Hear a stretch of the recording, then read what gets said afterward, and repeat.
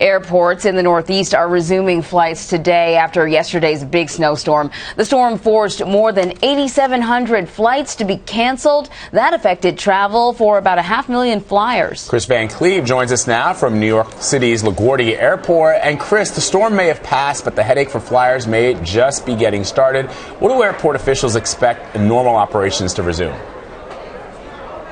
Well, Vlad, some flights are leaving already. American, one of the largest carriers here, is planning to resume something resembling normal operations around noon. You can see still not a lot of people here, but the first flights, again, don't leave for another few hours. So the airport is starting to come back alive, but as the day goes on and as the flights start leaving, one of the concerns is that they'll see a repeat of what happened after the last snowstorm in New York. We were all up here, and LaGuardia is undergoing a major renovation, and that has already made traffic complicated getting into the airport. And what we saw when service restarted from the last storm were people, in some cases, having to basically bail out of their cars, run up a snowy hill, and make the last trek into the terminal on foot. So there is some concern about what that's going to mean for traffic, particularly as the day goes on and more flights start to leave.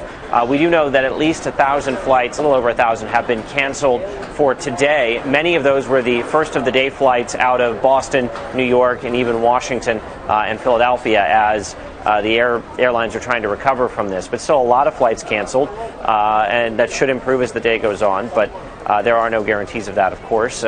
So the hope is that by this afternoon, it's going to be kind of back to normal. The runways are clear, mostly of snow and ice, and so are the taxiways. So operationally, they should be able to start running. They just need airplanes.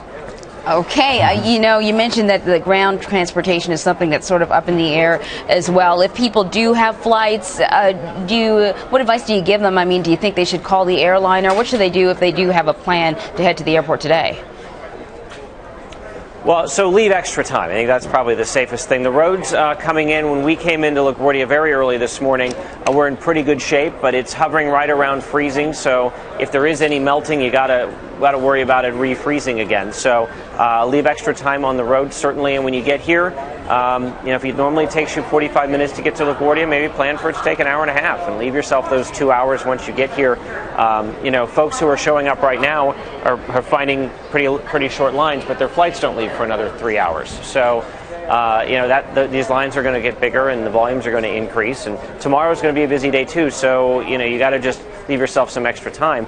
Should also tell you, Amtrak is planning to go back to something resembling regular service today. They had to suspend service between Boston and New York during the height of the blizzard yesterday, but there could also be some delays there as places that got heavier snow, particularly if there's any wind still, that can bring down power lines, that can impact train travel. So you got to just sort of plan for some delays in all of this today. Yeah, indeed, especially with the trains. A lot of people were forced to stay put, whether they were in Boston or New York or D.C., and so the trains are probably going to be pretty busy today. You want to make sure you buy a ticket early if you do plan to get out of town. Kris van Cleave, thank you so much.